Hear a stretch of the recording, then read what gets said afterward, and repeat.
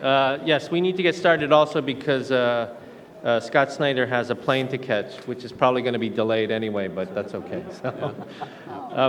So our last discussion will be, we've had a good discussion about Northeast Asian cooperation this morning, starting with the very broad strategic cut by Dr. Brzezinski and John Hamre, and then into some of the very current issues with our last panel, featuring speakers from the United States, Korea, Japan, and China.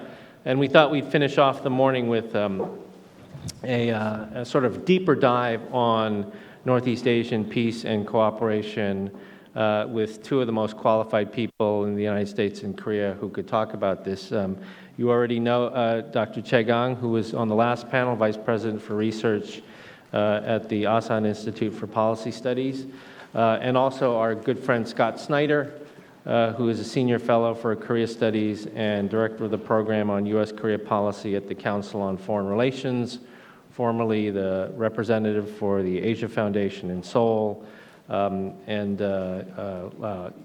everybody in Washington knows Scott. And Scott actually delayed his flight so that he could participate in this panel, although I don't think he's going to get out on time anyway, given the weather. I'll turn it over to these two gentlemen. Have you worked out how you'd like to present, or? I thought you were going to ask us questions. Am I asking you questions? Yeah. You can ask questions. Oh, okay. Yeah. All right. But Okay, well, maybe we should first start with, I know both of you have done research on NAPSI, and if you could give us at least initially your observations of the concept, whether you think it's feasible from a functional policy perspective, and then what do you think its broader significance is in terms of Northeast Asian, or in terms of Asian regional architecture. So, okay. Do you want to go first, or? Okay. Well, obviously, we've been talking about this all day now, and we had a very nice appetizer, and then we had a main dish, and we're the dessert, I guess, really. And so you're already full, actually, of NAPSI. So the observation that I would make on some of the things that we've heard, just during the day, one thing that we really haven't talked about is kind of the domestic aspect. And maybe I'll address that because it's probably something best addressed by somebody from the outside. And also, I don't have any constraints. I can be politically incorrect. But the first observation that I would make is that the name, NAPSI, sounds awfully similar to another initiative that we had just about 10 years ago, the Northeast Asia Cooperation Initiative, under President Roh Moo-hyun. And now we have the Northeast Asia Peace and Cooperation Initiative under Park Geun-hye. And so what I actually take from that is progressives and conservatives in Korea cannot agree on anything, but apparently there's a bipartisan support for the idea that there should be some kind of regime that regulates cooperation in Northeast Asia. And so I think that's significant. And then I think the other challenge is really related to, as we think about how to organize regional architecture, there's a kind of dilemma, I think, related to the region versus the sub-region. And I think that we have to kind of come to terms with this because the U.S. is basically organizing its approach through the rebalance in a regional context. And it's really focusing on East Asia Summit as the main vehicle by which to import international norms into the region. And actually, NAPSI's stated objective is exactly the same, but it's focused on the sub-region. And so on the one hand, you could say, well, do you really need two organizations trying to do the same thing? But I think that you can also make an argument that it could be desirable to try to double track this because the issue of basically socializing China into following and implementing international norms in the region is so important that we don't want to have just one shot at it, that we ought to maybe have two shots at it. And if we look at East Asia Summit right now, the main issues and focal points naturally are maritime security, non-proliferation. But I think we already see that those issues are emerging as potentially intractable. And so what I like about the issue set that has emerged under NAPSI is that there's something in it for China and the United States and basically everybody else. You're talking nuclear safety, energy security, environmental cooperation. These are all things that I think are priorities for China that also have cross-border implications. And so I think that's another reason why it might be worthwhile to just double-track this. And I'll just make one last point on this, and that is that just a few months ago here at CSIS, you asked a question to Assistant Secretary Danny Russell about Korean involvement or profile on South China Sea issues, right? And that got a lot of attention in Seoul. Most of it a little bit weary. But what it shows me is that really if we want to draw South Korea more into the regional context, maybe there's a kind of quid pro quo that we ought to consider in terms of, giving, it's really a low investment for the U.S. to participate and support this because South Korea is going to try to take it and run with it. But in return, we might also be able to get something from a U.S. perspective that we want, and that is a greater commitment within South Korea to the region to go alongside its clear and stated commitment to sub-regional cooperation. Dr. So my response on your question from Korean perspective, actually NAPSI and U.S. rebalance actually can go together side by side very much. The last point you mentioned about this U.S. rebalance strategy can be strengthened by the NAPSI very much. Since we have, actually from the beginning, we have strongly emphasized NAPSI is strongly rooted in the U.S.-Korea alliance, then this is the beginning point, not replacing the ROK U.S. alliance. It's a little bit different. That's why it's different from the Nomuhyun's approach toward the Northeast Asia Cooperation Dialogue. So actually this is going to enhance the visibility of the United States at sub-regional level by having more concrete or tangible cooperation on specific issues. Because when we come to the term rebalance of the United States, usually we think about military rebalance, or the pouring 60% of its forces in the Asia-Pacific region. But actually, that's not the case. But actually, the image of U.S. rebalance is kinds of military presence, increasing the military presence. That's why China has been criticized. Rebalance is designed to contain China. But it's not the case, actually. Try to enhance the U.S. involvement or expansion of U.S. network of cooperation in the region, and then that will enhance the U.S. residential power and also more tangible way by having not just single or two cooperation network, but also more than that. I think would be very beneficial, and also it actually ensures consistency of U.S. policy toward the region. That's my thinking of why the NAPSI and the rebalance can go together and serves the U.S. rebalance strategy. Second, it is not designed to replace the currently existing the norms and regulations at all. We start from the ones we have, but actually we have to take into account the changes happening and will happen into the future. And then also, that's why I say it's going to be more adaptive and transformational approach, starting from the current one and into the more desirable. But we haven't figured out what should be the desirable architecture we want to have into the future. But anyhow, maybe hub and spoke model would not fit to maybe the security challenge we have into 30 years and 40 years now. But we should be ready to have the kinds of thinking or thought on that. So NAPSI can provide some hint on that direction, and they pave the way toward a more stable architecture in the region. Maybe we could, actually we've talked a lot about functional cooperation for NAPSI. Maybe we can actually talk more specifically about exactly what sort of functional cooperation. Scott, you mentioned nuclear safety, energy, environment. What are the sort of very practical initiatives that you think would actually gain traction among Northeast Asian countries?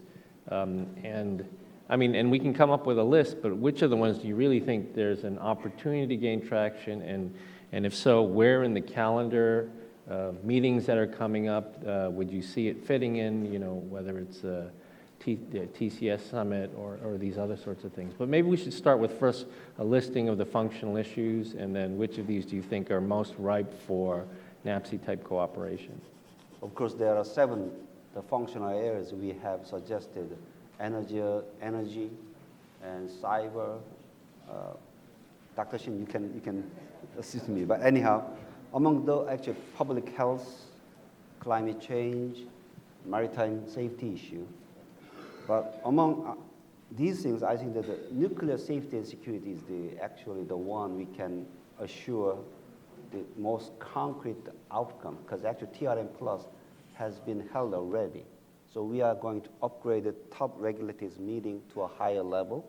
Can you explain to people what that means? Yeah. I don't know exactly, but anyhow, it's about the top regulated meeting is designed to enhance the safety of the operating about the nuclear reactor. So actually, because after having the Fukushima incident, we like to upgrade and have a more transparent and cooperate in the part. So actually, TRM Plus was designed to enhance more tangible one. The second, actually, nowadays we are talking about more. That's my personal opinion. So the pandemics, the public health.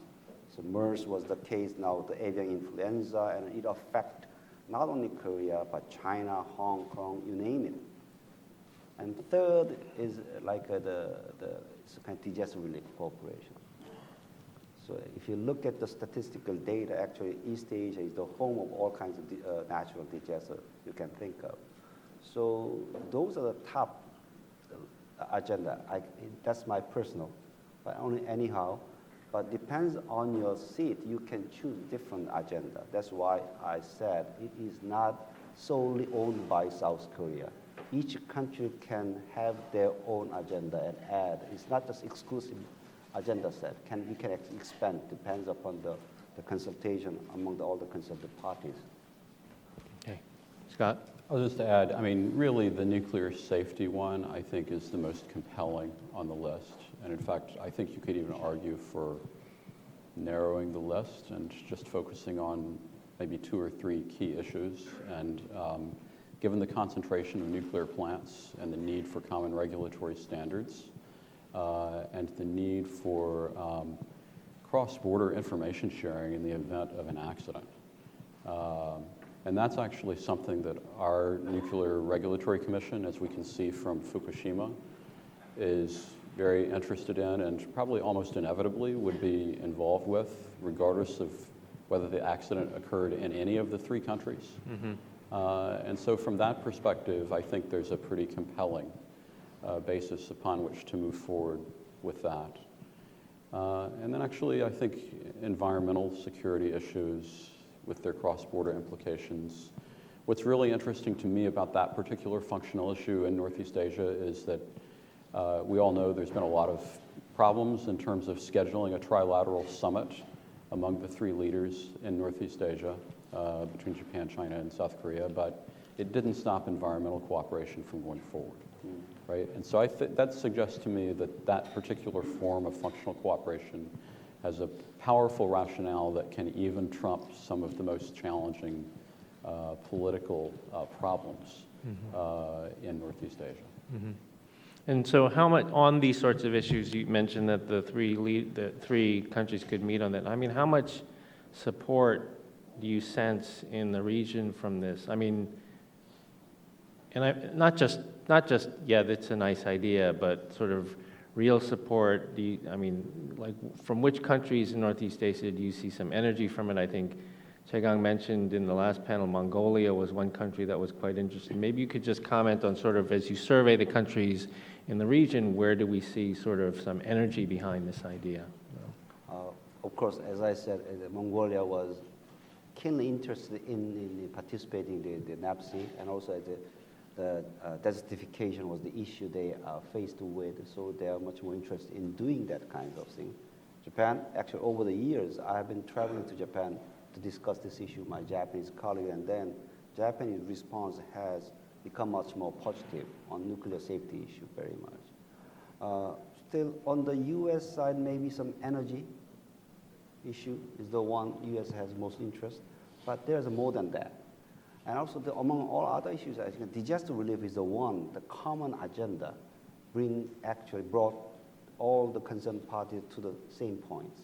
The disaster relief, we have discussed this issue where Japan, United States, or China, actually.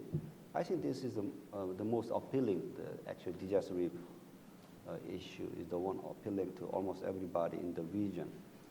Of course, Russia's response still unclear, but I'm sure they will become much more positive on that. But China, in principle, supported the NAPSI from the beginning idea. Of course, Professor Shin Chalong mentioned about clarification, about some ideas, but of course, we have been trying to clarify ourselves very much. So if you compare the first version of NAPSI explanation of brochure published by Foreign Ministry and this year's, you can see some differences between these two. So initially, we thought about it's a bottom-up approach, but nowadays we are saying bottom-up and top-down approach, so going together. And also, we added two more agendas. That's public health wasn't there, but now public health and energy also there. Over cybersecurity is a little bit controversial one, but we like to, because actually President Xi Jinping's visit to Washington actually opened up some possibility to talk about the cybersecurity at the sub-regional level very much. Scott? I mean, I guess what I would say is, okay, you've got the functional cooperation piece, and then you also have this, effort to try to bind it through political cooperation. And frankly, I think that's the really hard part. Mm-hmm. But I think that the functional approach is maybe the best way to go at this stage. I mean, a lot of this is benchmarking European experience, I think, and based on that, I believe that the Korean side decided to focus on functional cooperation.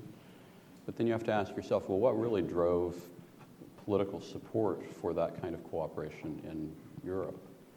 And at least with regard to the CSCE process, it was because they were facing existential crisis, right? And so in a way, I think that the fundamental driver that would make sub-regional cooperation in Northeast Asia really happen is actually the thing that we don't want to see.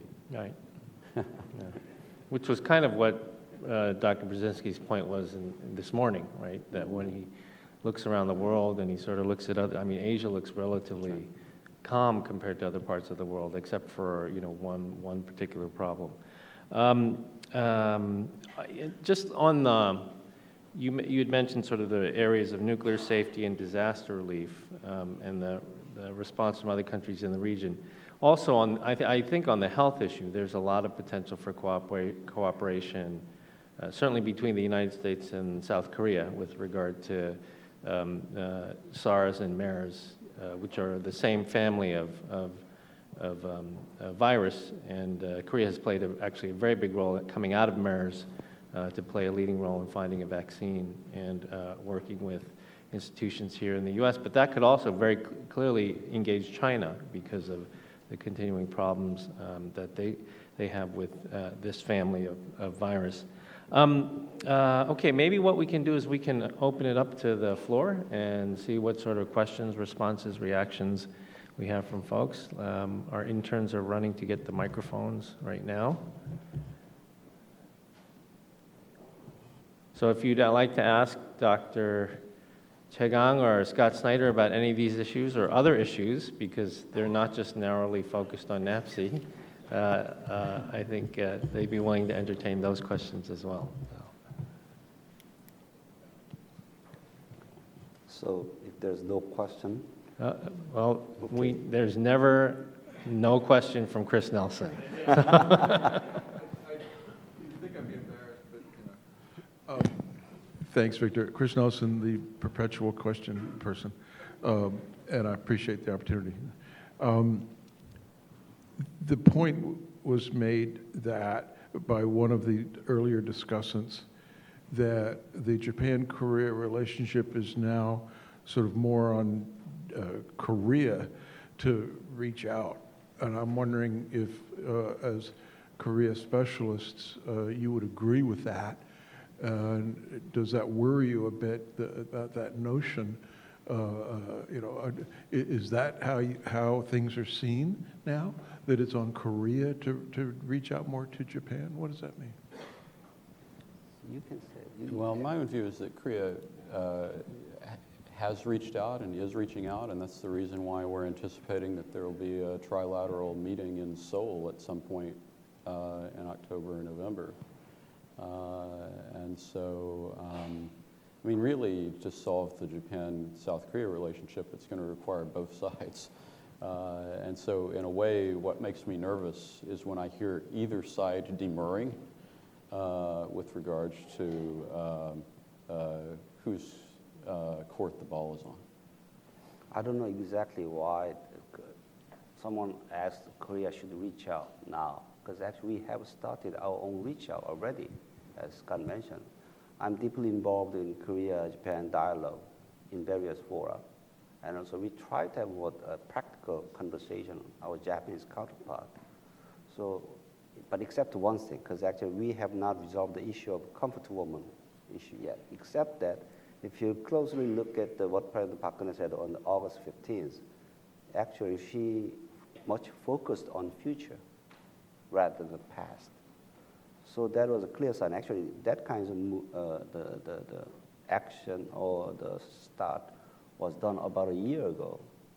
But now we are upgrading our process and reaching our program very much with Japan. So I don't know exactly what Japan wants South Korea to do to improve our relations with Japan. We have agreed trilateral information sharing MOU last year. So we had a trilateral meeting, and also there's also the ongoing the policy dialogue among the officials. So what else we can do? Security cooperation dialogue, we can do that. Of course, there should be some limit, but anyhow, we are in a much better position to talk about the issues of common interest.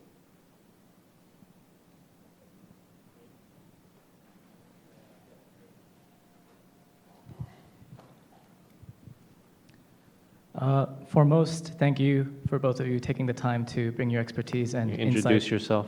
into these issues. Okay, my name is David Lee. I'm a graduate student at the Asian Studies program at Georgetown University. My question pertains to the Trans-Pacific Partnership and South Korea's role in that. Earlier, Dr. Campbell talked about this in the closing remarks of the previous session. But considering the existence of the US-Korea Free Trade Agreement and South Korea's desire to maintain strong economic ties with China, do you believe that South Korea should and would end up joining the TPP in the next 2 to 3 years? We actually have announced our intention to join TPP, but actually it is not possible for South Korea to join the TPP until the first round of negotiation is completed. So, but actually after the completion of the first round of negotiation, I'm sure that South Korea will join TPP, maybe 2017, as soon as possible. So maybe we have in a position to combine these two big giant, the free trade agreement. As one is TPP, the other one is RCEP. And we have also the Korea EU, the FTA. So that's Korea wanted to be the hub of this, all the new, the emerging, the free trade agreement to join. So, but I'm sure that we will be able to join TPP as soon as possible. That decision has been made, but the circumstance and situation doesn't allow South Korea to join TPP at this point of time. I don't have anything to add on that. I think that's exactly right. Okay. So I hope that the U.S. will finish this TPP job as soon as possible. Yeah, well, we'll see about that. Yes, there, Kiri. Hi. I'm also a graduate student from Asian Studies from Georgetown. And I would like to ask, this is a question also Professor Cha asked earlier, but I'm curious, how do you assess President Park's foreign policy toward China, how effective it is so far? And then usually we refer to President Park's position where she stood in the military ceremony, but beside from that, what are the indicators that we can actually assess her success of the foreign policy toward China? Oh yeah, that's a tough question, but I think there's, of course, it depends where you stand. But I think that our policy toward China is to not actually, we are not tilting toward China. We have problems, dispute with China. But we like to bring China to much close to our position, rather than to bring ourselves to a Chinese circle. So instead of demonizing China, we like to engage China. So actually, that's why we have said, actually, NAPSI is the case. NAPSI is not designed to replace the currently existing architecture or norms we have nowadays.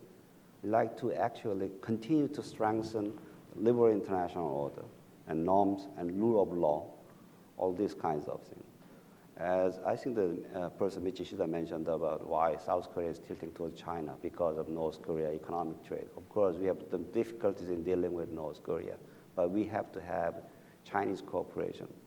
But that's not all we want. But of course, we have a trade issue with China. China is number one trading partner. But as our trade with China goes up, we have so many difficulties, we have problems. So for the past 20 years, Korea-China relations has been so much remarkable. But for the next 20 years, maybe I don't know what will happen. But I think that instead of demonizing China, we like to engage China, bring China to much closer to the international standards. That's why we wanted to work with the United States on this China policy. I hope maybe President Park Geun-hye can discuss this issue with President Obama, not just about specifically focusing on China, but what about desirable regional architecture which can ensure the continuation of the norms and regulations we have cherished for the past 7 decades. So I think that would bring U.S., Korea much closer together. That's my response on that. Maybe, of course, the Western media postulated the President Park Geun-hye standing just next to Xi Jinping and President Putin, and then there are all the leaders from the Shanghai Cooperation Organization. Maybe she took a risk, but to get very concrete support from China on her unification policy, North Korean policy, and also I think those are the most important one. And the other one, actually, she got out of her visit to Beijing was the agreement of China to resume the Twilight Summit, end of October or the early of November. Personally, I think that's one of the most important achievements she has made to the peace and stability in East Asia, in Northeast Asia. So I think the symbolism of that picture of Xi, Putin, and Park is really interesting and complicated, because if you're American and you're not following events closely, something looks out of place, right? If you're Korean and you're looking at that picture, you think, Park is standing where Kim Jong-un should be, right? So completely different perspective. And so I think the real key to understanding the current situation between Korea and China is to make sure that you have a three-dimensional view of what's happening. The two-dimensional view is Seoul as a point on a line between Tokyo and Beijing, in which case it means that if Seoul is moving toward Beijing, it's moving away from Tokyo. And that is an insufficient view, I think. You need a three-dimensional view that understands that what Seoul is doing is based on the fact that it's anchored by the alliance. It's anchored in place, and that anchoring actually enables South Korea to be able to engage Beijing much more effectively than if South Korea were just floating out there by itself. I think those are very good points, and I like all the references to geometry this morning also. But of course, the real test of the success of this effort by Park Geun-hye will really be the next North Korean provocation. That will be the real test of how strong this new relationship is, I think, in many ways. Because that's what's different from the previous administration, where you did have major North Korean provocations that tested the South Korean-China relationship. I think we have time for maybe one more question.